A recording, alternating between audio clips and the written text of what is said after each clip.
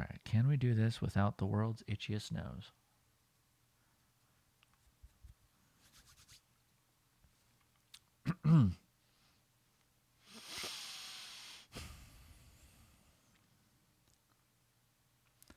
Welcome, my friends. These introductory sections are going to lay the groundwork for all the work that we're about to do together. I'm so happy that you're here. I'm so excited that you're part of the community.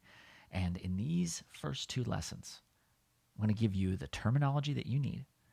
We're going to go through who exactly this course is for. And we're going to go to the secret of what makes a truly successful manager and why airplane welcome videos have some of the best advice that you will ever hear about management. Now, this course is going to give you the empowered manager mindset so that you can build a team of trusted peak performers while rapidly scaling your own career through any business environment. Now, to start things off, I've got a great story for you on why I don't believe in playbooks or frameworks as the most critical thing that you need as a manager. There's this enthralling book. It's called There's an enthralling book. It's called The Great Depression, a Diary. It was written by Benjamin Roth, and it's essentially just what it says, a diary of his day-to-day going through his periods in life. Now, there's an enthralling book called The Great Depression, a Diary by Benjamin Roth. It was published posthumously after his death by his son. It's a detailed account of the day-to-day life of what it was like going through such a wild moment in American history. And throughout this book, you get a glimpse of what life was actually like day to day. One entry that he had from 1933 was where Roth was sharing a realization he had that helped me have a realization too. He described how the moment he was living through in 1933 reminded him of 1920, that reminded him of 1878, which also reminded him of 1865. All of that to say, it reminded me of 2020, which then reminded me of 2008. Let's go through those moments in history together. 1865 was the end of the Civil War, where the American nation tore itself apart. 1878 was near the end of the Long Depression, a global economic recession. 1920 was right after World War I, where the world was trying to put itself back together. And 1933 was right after the Great Depression, when the stock market crashed and normal people were thrown into poverty. Do you see a pattern our friend Benjamin is pointing out for us here? We focus our entire lives on things that change. Hell, think about the news as we know it. That only exists to discuss what's changing every day. Swami Vivekananda was an Indian Hindu monk and a key figure in the introduction of Indian philosophies of Vedanta and yoga to the Western world in the early 20th century. And he said, "It is nature that is changing, not the soul of man. This never changes." So what do we take away from that? Well, environments change. Humanity does not change. The humans do. How our brain works, for the most part, is just a mystery we're getting better at unraveling each and every year of our existence.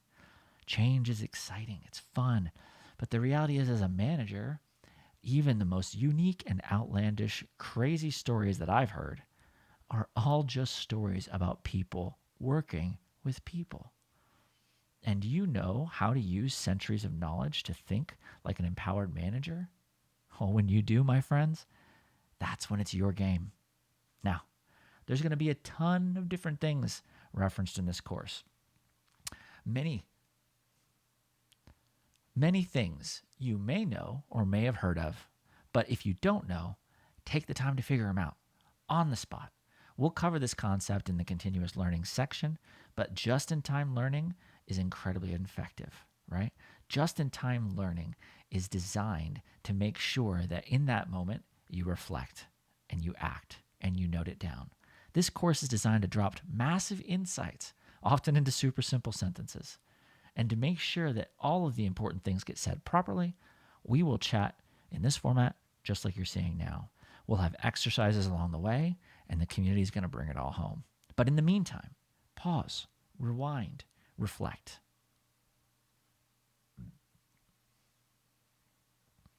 I'd love to go deep into every single subject, but that'd make it a 2,000-hour course, and your time is precious. So we're just going to jam as much value as we possibly can in our time together that we can do. But take advantage of the community. Ask me questions that come up. Ask any of us. We want this information to transform your personal and managerial life as it is done for many before you. Managers like you have been reaching out to me in droves since I've started publicly talking about hard things that we cover in these courses. I mentioned I'm constantly hearing news stories and wild scenarios, and that's when it hit me. In those prior pains, I didn't need tactics and specific strategies. I needed to know how to think about life, about work, whatever it was. I needed to handle what was being thrown at me. And I mean, how the heck did everybody else do it? By the end of the core 3 courses, we will help you know how to think about managing yourself, how to handle all the aspects of your communication, and we'll end with how to manage your team and your own manager. I'm so grateful you're here. I'm thrilled to be given the opportunity to help you. So let's dig in. So first off, why are you here, right? I want to give you these core truths that even if you just walk away with these ideas in your head, you're going to be able to leverage them for the rest of your life. Everything we discuss, everything that I have learned and will be teaching you come from these core truths. Sure, I experienced a few of them, right? But more importantly, these things have come from experts. There is nothing in this course or any of the courses that we ever make that you can't find in a good book, a podcast, a YouTube video, or any online medium. Our material stands on the shoulders of the titans that came before us, and we've distilled it in a way that is going to be quick and have a tremendous impact on you. Think about business leaders like Indra Nooyi. This is the CEO that was lauded for her management strategies and the first Fortune 500 executive to double down on health and wellness values. And that transformed Pepsi as a result. There are authors like Kim Scott and her book Radical Candor discussing the importance of feedback. Jocko Willink and his books Extreme Ownership, and another one called The Dichotomy of Leadership. These books share how balance is a secret weapon to the masterclass of leadership. Educational leaders and authors like Simon Sinek. He teaches about the impossibility of motivation and the inevitability of inspiration. And Brené Brown makes it clear vulnerability has its place in leadership. We stand on the shoulders of people like Aristotle and Nietzsche and Aurelius, people who have been guiding folks like us for thousands of years after their own existence has ended. And there's quite literally hundreds of authors, thousands of researchers and scientists and important thinkers throughout history who help bring all of this together. At the end of the day, my friends, there is nothing really new under the sun. But so much of it doesn't speak to or was made specifically for managers and the people who want to grow in their organizations. And when it does specifically talk to managers, it so often does not talk about the hard subjects, the painful things, the tough situations. What do you do if you've proven your manager is lying to you? How do you handle a top performer who crushes everything you throw their way and they're bored? What do you do when your team is so angry with one another that they literally refuse to speak to each other? And what do you do when you receive feedback from your own manager that you're being an emotional bitch and you just need to keep your mouth shut? What do you do when you know giving real feedback to your boss or your team will have severe consequences on your career? Unfortunately, these are all real situations, real questions, real people have asked me. I was dedicated to find every possible resource, and as great as they are, so many of them tackle leadership from the perspective of when things are going great. That's awesome. Thank you. But so often life does not go according to plan. My goal is that at every moment that you ask yourself, should I be spending time here? Should I be engaging with this community? Should I go to these weekly sessions? I prove to you again and again that it's worth it. And more importantly, that all of this is applicable right now. If you ever don't feel the value or you don't think that this is worth the price of admission, shoot me an email. Ask me your refund. It's yours. No questions asked. The core point for this introduction is that I am nothing special. I've just been obsessed with understanding what makes certain managers so good and others so bad. You think it'd be simple, but hopefully you've had a great manager that comes to mind when I ask you about it.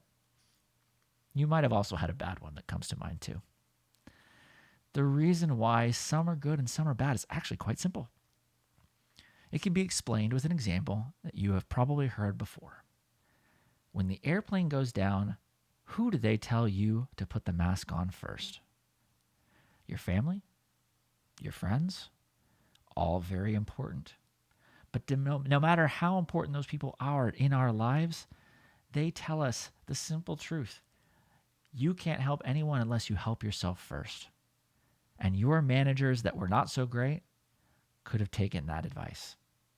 When I look at the best managers I've ever had, at the times I felt like I was doing my best, it was when I understood the mindset that made an empowered manager, and I did my best to empower my team. Our only jobs as managers is to remove roadblocks to support our team while somehow continuing to grow ourselves along the way. I'll repeat it. If you take away anything from this, our only job as managers is to remove roadblocks. That's it. Roadblocks be gone. But man, is it overwhelming. Oh, it's so overwhelming. I know. I've talked to hundreds of managers over the years. The most common feedback that I get is the sheer sense of overwhelm at the responsibility that we all share. And in this, like many things in life, insight from those who have gone before us can make all the difference. But what makes it so damn hard, even when you get the best advice from the best person, is the fact that we don't often talk about extremes. They can't exist in leadership, right?